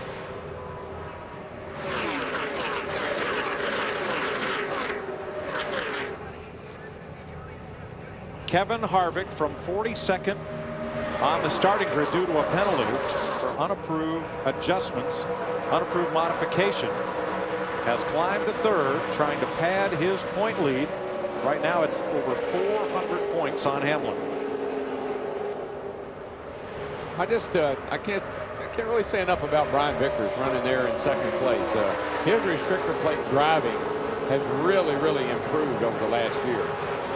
You know, Jamie McMurray in that 64 car driving for Rusty Wallace, he had to start at the rear of the field with Kevin Harvick because they had to change the engine in that 64 car. So he's in 76 laps from tail end Charlie up here to the top 5. Boy, Bernie Lamar meat in the sandwich in that 2nd pack. He was that yellow car, the Dollar General car, squeezed between about 6 cars and nowhere to hide. That's such an uncomfortable place to be when you got cars on either side of you. You know you got no margin for error. They came off turn 4 like that. They come off turn 2 the same way, 3 abreast. And you hear them over there having to lift, get out of the throttle, keep running over each other. Speaking of Dollar General cars, how about that Dollar General car back there in 6th, the 33 car, Tony Stewart. At the beginning of this race, he was about 10 seconds from going a lap down. We saw him lock the tires up. Coming after that wreck over off turn 4, here he is up in the 6th position, the winner from the February race here. And a very similar strategy, Larry. I mean, he struggled with that car down here in February. They made all kind of changes on pit stops, got him up there at the end of the day where he could run right open and won the race. He's alongside pole sitter J.J. Yaley. At the bottom of your screen, Stewart inside, Yaley outside. But I think you see, after a number of caution flags and some adjustments. Turn 2, Ashton Lewis had a little help getting up to the wall there. Straightens it out, and we stay green. But I think you see that gap between Dale Jr. and everybody else is he didn't pull away to that 10-second lead yet. Let's see who Lewis got together with in turn 2. I think this car has had some damage from some earlier incidents. He just gets up a little high right there. There it is. Johnny Sauter got him after he got into the safer barrier. Ashton still on the lead lap in the 25 car. And there is a tire tread. I'm going to say it very possibly came off the 25 car because he looked like his left rear was in trouble, and we've got a caution now with 21 laps to go. Oh boy. It is off Lewis's car. Look, the right front is down as he comes to pit road. And that caution's probably a good thing because in that lead pack, Push was coming to shove. Guess who gets, I think, the lucky dog in this case? Carl Edwards. No, you don't does think he so? Really?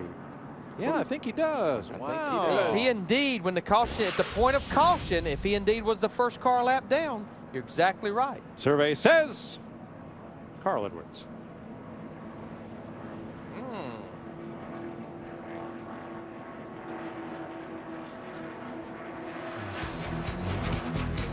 21 laps to go, and the Vice Titans just a little bit here in Daytona. Business, as they say, is picking up. See this in Daytona. Here's our Holiday Inn look again replay of the 2 major incidents. Reed Sorensen triggered this one. Paul Tracy among those involved, and then Carl Edwards lightly but not too politely into the back of Michael Waltrip. Just the right kind of tap at the wrong kind of time. Wrecked Waltrip's car and Jay Sauter, Stephen Light, all with major damage. from that one. As a result, NASCAR penalized Edwards 1 lap for rough driving. Matt? Mike Edwards picked up the lucky dog on lap 79, then pitted on lap 81, but before the caution had a long conversation with his crew chief, Pierre Coutel, about his side of the incident with Michael Waltrip. Everything good, Queen? Yeah. Yes. Oh, that looked bad, but I hit him that last time before we got to the corner there. I didn't know he was that loose there. Whole new ball game for Carl Edwards. Now he did pit, made an air pressure adjustment. The car just way too tight in traffic, and he's going to have a lot of traffic to go through to try to work his way back to the front with 19 laps to go. He'll be the last car on the lead lap in 20th place. And we did have about 5 or 6 cars make a pit stop there and get 4 fresh tires, like Matt Yoakum pointed out, Carl Edwards, but also Tony Stewart in the 33 car, Kenny Wallace in the 22, John Wood in the 47. 5 or 6 of them made a stop here with about 18 or 19 to go. I was surprised Stewart didn't come in the last caution because he was complaining about flat spot in his tires. So I think if I was him, I'd feel a whole lot better now they got me 4 fresh ones.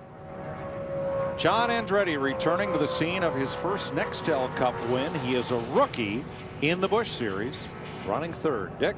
Yeah, at age 43, he's a rookie in this series, and he chose not to pit that last time around, Mike. But in the previous round of pit stops, Andretti took 2 tires, outside, right side tires, in order to gain track position. He has been able to maintain that track position, and tonight is his best run all year. Best finish so far in 2006 has been 9th at Bristol. I'm listening to him on the radio. He is trying to save his stuff for the end of the race.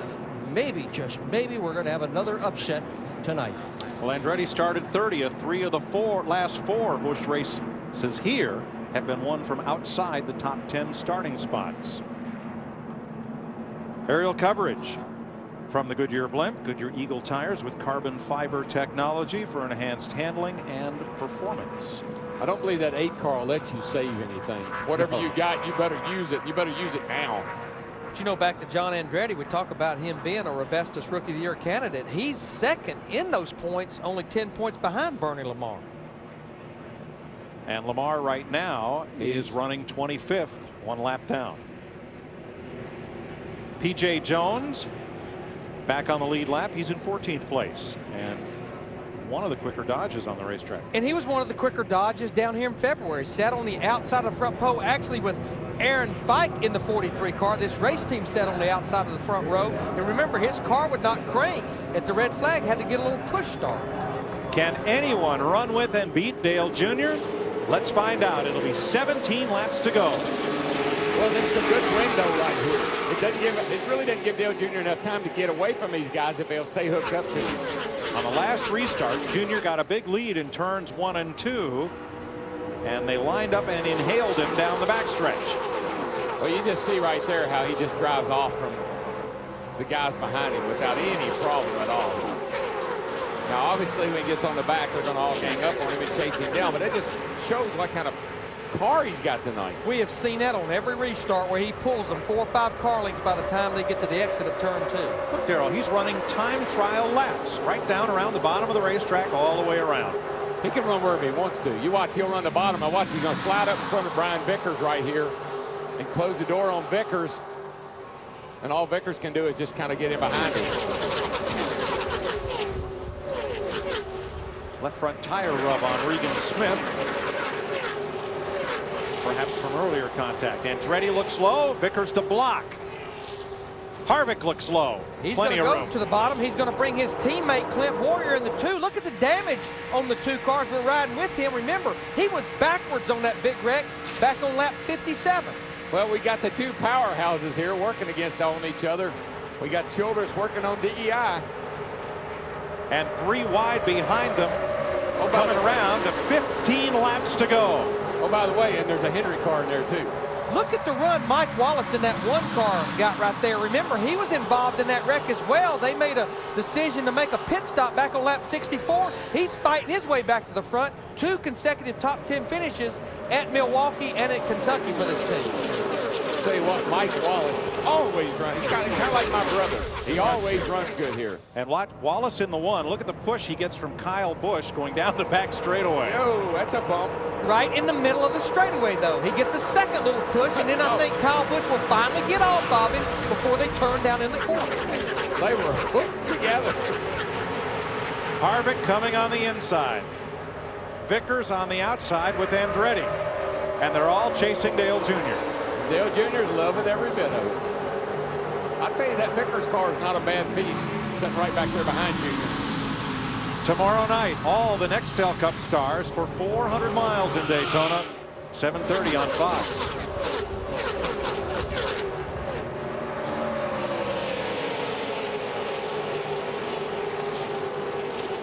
Tony Stewart in that 33 car with those fresh tires, he is fighting his way back up there, and I mean, he's doing it in a hurry. He's already back to the top 10.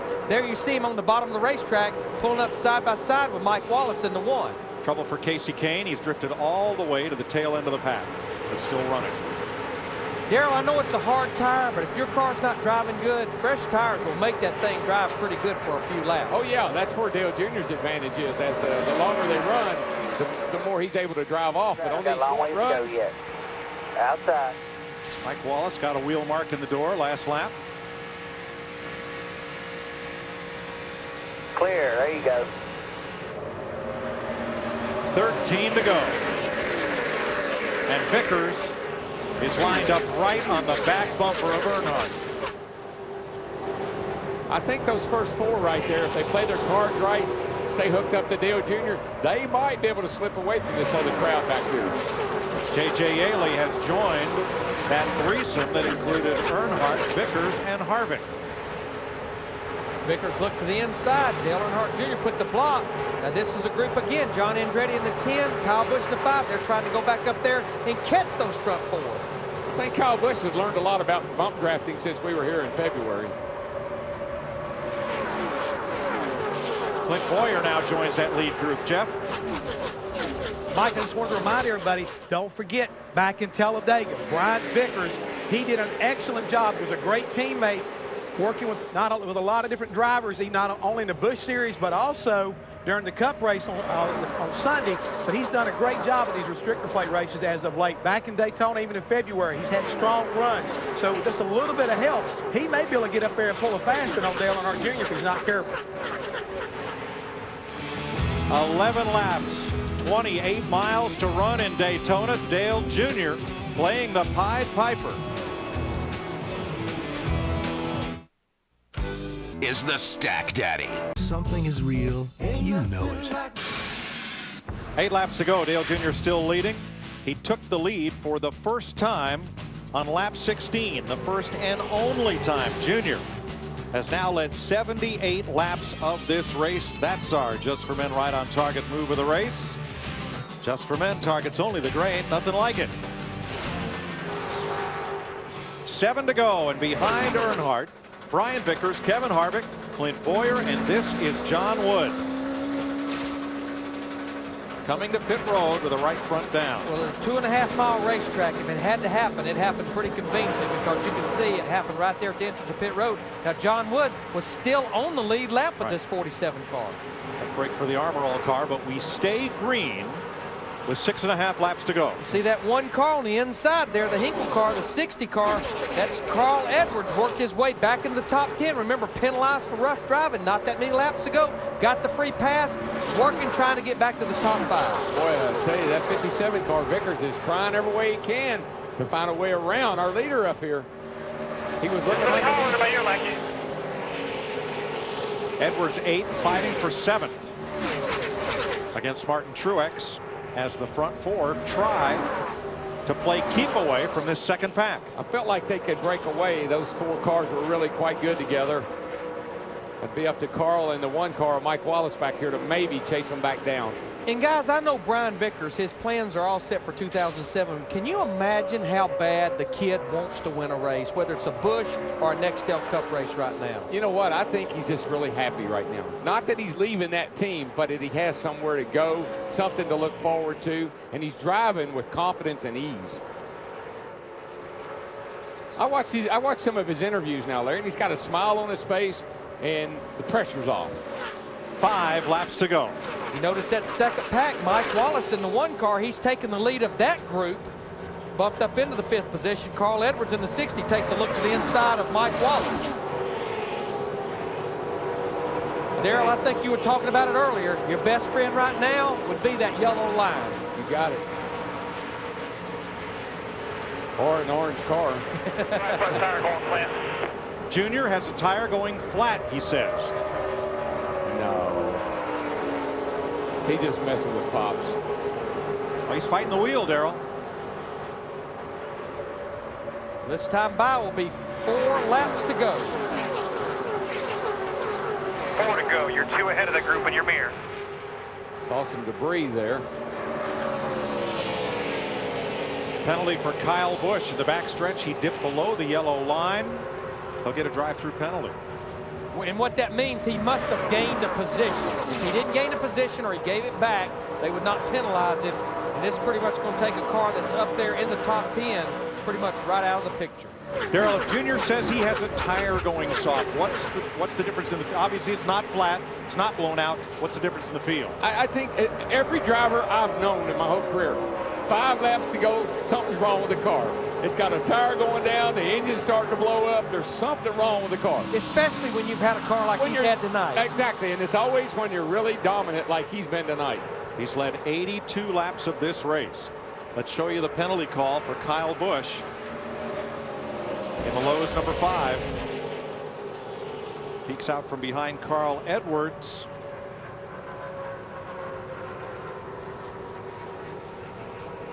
And gains position. Gained 2 or 3 positions, and that's the reason he's being penalized. He did not give those positions back. Well, you know, you could say that's pretty picky, but that's what that yellow line's there for. Don't go below it. Oh, we got a wreck over here. And it's Jason Leffler. Caution is out. This means we are probably going to go into overtime. And what is that going to mean for the drivers who did not stop on the caution at lap 57? Well, we've got some cars out there that we've got 3 cars that stayed out, but most of those cars actually went a little further than the other cars, so I think they're going to be just fine. Let's see what we've had a lot of cautions to make up the difference. What caused this? It's the 38 car. The 5 is closing. Oh, the 38 gets into Martin Truex, has to lift up a little bit, and the 5 nailed him. That's just one of those chain reactions. Now, Kyle Busch in the 5 has already hit pit road already. He's doing his pass-through. I don't think they're going to let that work since the caution is already out. No, he'll probably have to restart at the tail end of the line. Which beats what would have happened had we not had that caution, because he would have been totally out of the equation doing a pass-through under green. So the caution is a benefit for Kyle Busch. He was not the cause of it. Boy, he was almost a part of it, though. Yeah, he played a role. Caution's out. Watch the hands coming up.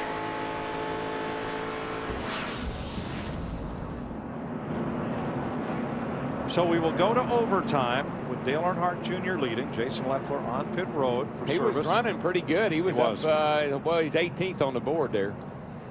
Now, Mike, just to update you, on those 3 cars you were talking about that stayed out way back on lap 57, there were only 3 cars. One of them was Jason Leffler, we just saw. Michael Waltrip was the other one, and he's out of the race. So the only car that stayed out at lap 57 is still out there is our leader there, pretty much Dale Earnhardt Jr. But he pitted late, Matt, on lap 50. With the cautions we've had, he's probably in good shape. Joey Meyer, his spotter, asked him if it was the right front that he thought he might have issues with. Junior said 10-4. He said he broad-slided it in turn 4 once, and ever since the car hasn't been the same. Joey looked at the right front and says it looks good to him. And Junior just said 10-4. Right now he's just riding. The guys are up on the wall in case he has to hit pit road. Well, I'm pretty sure it's not soft. It looks like it's up, so maybe he flat spotted it just a tad. As they come to the line for lap 99, this would be 1 lap to go.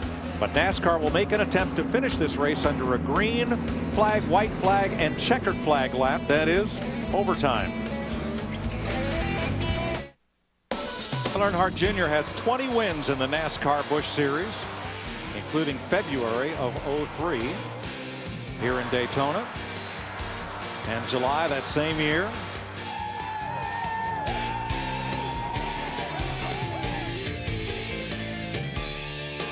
February of 2004.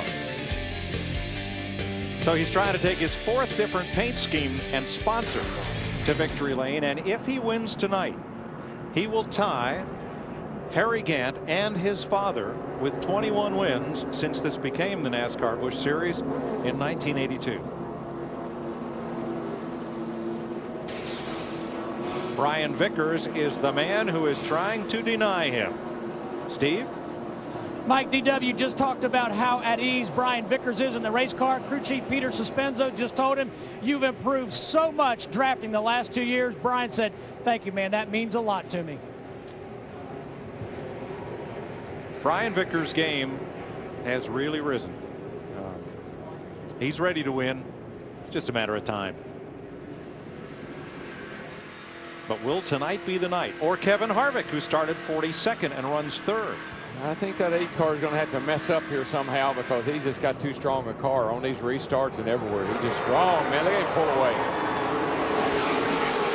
Green flag will next see the white, and if we go caution free, it'll be the checker. Glad you threw that in there. That if? That if.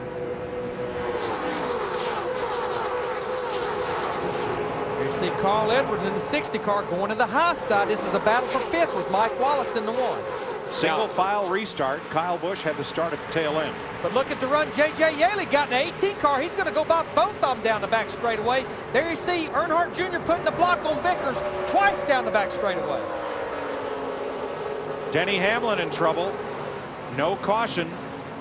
If the caution waves, the race is over. I think it's got a wave. There's cars all over the place. Hamlin's moving. White flag. Junior by 2 car lengths. But Vickers is there, and he has Harvick tied tight to his bumper. Boy, that was a mighty aggressive block there by Junior going into 1. Darrell, he's driving the thing out the rearview mirror about as much as he is out the windshield. Now there are those 2 children's cars to the high side off turn 2. Junior just got such a whale of a run off of the turn 2 that time. I just don't think they can get to him. 3 ahead of that group in your mirror. Everybody's nose to tail. Junior stretching it out. That leaves 4 cars to fight for 2nd. Here comes Yaley back, the pole sitter, trying to break into the top 4. And off the final turn, Dale Earnhardt Jr. scores his 21st NASCAR Busch Series victory. Carl Edwards fought his way back to a top 5 finish, finishing 5th. Oh, man, we got Ashton Lewis going around here at the line by himself. You heard the fireworks, and I think Lewis's tires blow out as he's spun to a halt. Dale Earnhardt Jr. led 88 of 103 laps tonight. He took the lead and never looked back.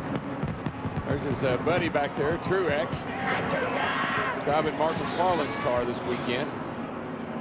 J.J. Yaley went by there. He came back for a 4th place finish. Nice run. So, man, I didn't have a scratch on my car. Well, I think I kind of know what that's about. About a month ago, I think it was intended for Martin Truex Jr. to drive that 8 car. I think you're right.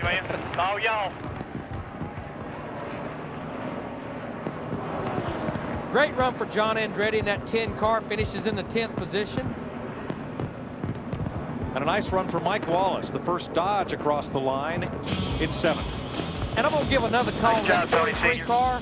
P.J. Jones finishes in the 43 car in the 13th position. Great job. We'll go to victory lane with NASCAR's most popular driver when we return.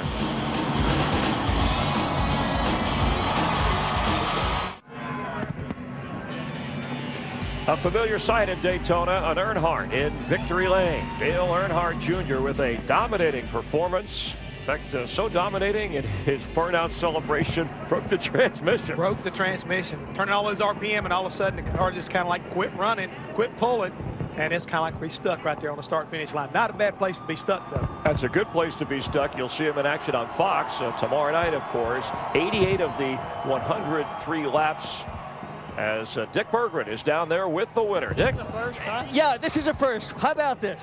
Yeah, well, I broke my transmission. I was shifting on my burnout there. I was trying to get to fourth, see if I could burn it all the way to fourth, but had a great car. It's actually stuck in gear. We'd be pushing it to the victory lane. That was pretty awesome. I know that wasn't probably the race these guys might have tuned in to see, but I had such a good car, and I just had to hold it to the mat, man, and do what I could do with it. And there at the end, the competition got better. We tightened our car up a little bit too much, and but we were able to hold them off. Yeah, but tell me about the end of this race. Here you are, not sure about your right front tire. You're over 180 miles an hour, a thundering herd behind you. Where do you get the courage to stick your leg in it at a time like that? That thing's safe. You know, you got to believe in how safe these cars are built, and if it's gonna wreck, it's gonna wreck. What else you gonna do? I get paid pretty good to stick it out. So, you know, just real happy we didn't have the flat tire, because I got loose and about right down there with coming to the caution, and man, it was a handful. It was really, really loose all night, but the race was fun for me.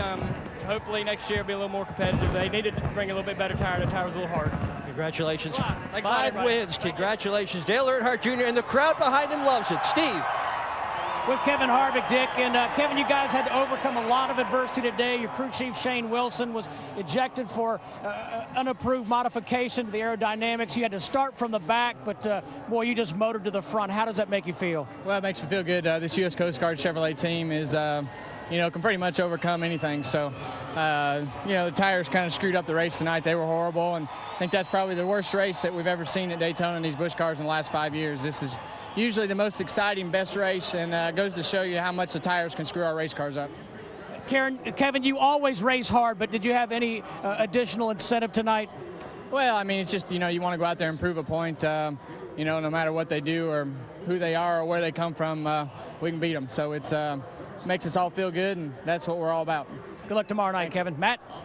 A heck of a drive by Carl Edwards. He picked up the lucky dog and made his way all the way back to 5th, but Michael Waltrip not happy with the bump drafting your side, Carl. Oh, I'm sure he's not happy, and I apologize to Michael and his whole Aaron's Green Machine crew. They're great guys, and I like Mike a lot, man, and I was just trying to help us both there, and tried to bump him one last time on the straightaway, and he got loose going in the corner, and I'm you know, there's nothing I could do about it at that point. I apologize, but our Henkel Fusion ran real well. Congratulations to Dale, and thanks to Goodyear for making the race good with those tires. Finishes 5th tonight, Carl Edwards. All right, thanks. A little bit of a mixture of the tire review from Carl Edwards to Dale Earnhardt Jr., even Kevin Harvick, as we take a look at the unofficial results. We only had 3 different leaders, 2 lead changes, 5 cautions, a bunch of those after we went caution-free for 56 laps. But Harvick, very impressive. J.J. Yaley, the pole sitter, had to work his way up.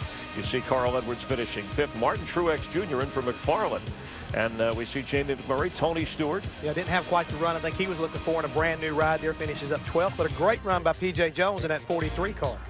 Kevin LePage at 19th, and Johnny Sutter, a couple of guys that were involved. We had 2 different wrecks, one involving 7 cars, the next one about 7 or 8 cars.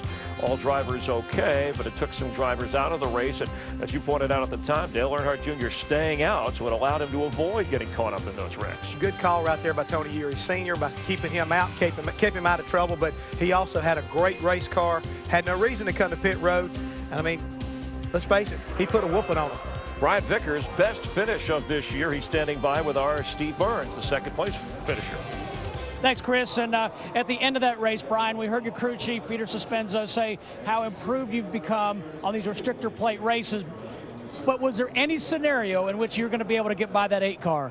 Man, I don't think so. I'll tell you what, so proud of this Rada Chevy. You know, it was fast all night. The guys did a good job in the pits. You know, the Hendrick Speedway department, they gave me a great car. I'm going to tell you what, it was not by a lack of effort from them guys or the engine department, but that 8 car, man, he had like a 5th gear. There was a couple times on the restart. It was a perfect restart. We had a run at him, you know, 4 or 5 cars, bumper to bumper, pushing.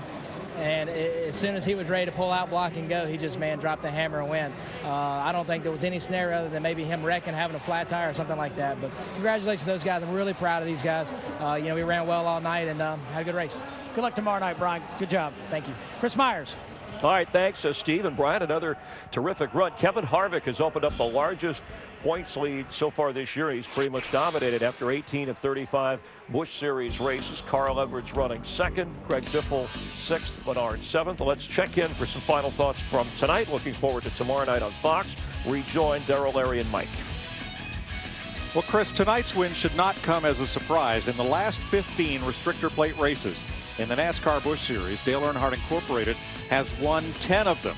6 by Dale Jr. and 4 by Martin Truex tonight, though truly a dominating performance. It really was, but look at that point lead Harvick has. 388 points for Pete's sake. You know, and they penalize him, send him to the back, and I'm pretty impressed with the effort they put forward to get back up there to third place. That's big. Harvick, Edwards, a number of drivers were able to come from the back to the front tonight. But just remember, most places we go, the Nextel Cup and the Busch cars, they run the same tire. That's not the case here at Daytona. But the thing I want to say, guys, before we go off there, it all started right here at Daytona, February of 2001. Randy LaJoie won the first Busch race of NASCAR on Fox, and it ends tonight with Dale Earnhardt Jr. winning here in July. Hard to believe, 6th season of Busch racing with our group. I don't believe they're going to be able to get a car to victory. They're still going. They're trying to keep from tearing it up. The nose is lodged up against the track up there, and it won't roll, so they got a real problem. When was the last time you see the winner get the checkers and the wreckers? You know, we're really going to miss the NASCAR Busch Series. We have enjoyed it, and thank all of the drivers, car owners, and teams for all their cooperation over the 6 years we've had the Busch Series on Fox. Let me see. There was Darlington, and there was Kentucky. I'm thinking about when they wrecked and had to get somebody that told me. Todd Bodine and Jamie McMurray at Darlington. I think it was Todd Bodine, and so I don't know, different places, but not normal. Tomorrow night, 400 miles for the Nextel Cup cars on Fox. You're going to want to be here or be right in front of your TV set. There are tickets available for the Pepsi 400 tomorrow night. But we've got the best seat in the house, and we're ready to bring it to you. Chris?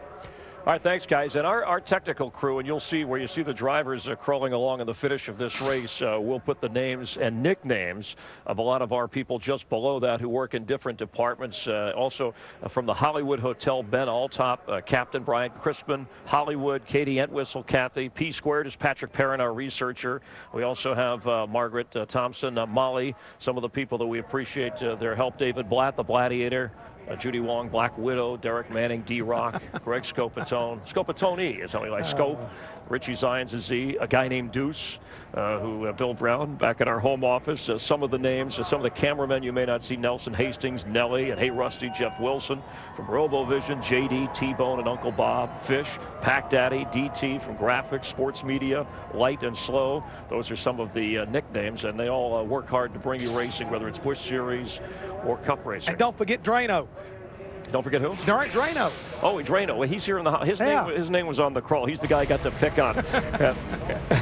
Tomorrow they'll all be working. Drano, you'll be with us, right, tomorrow? Okay.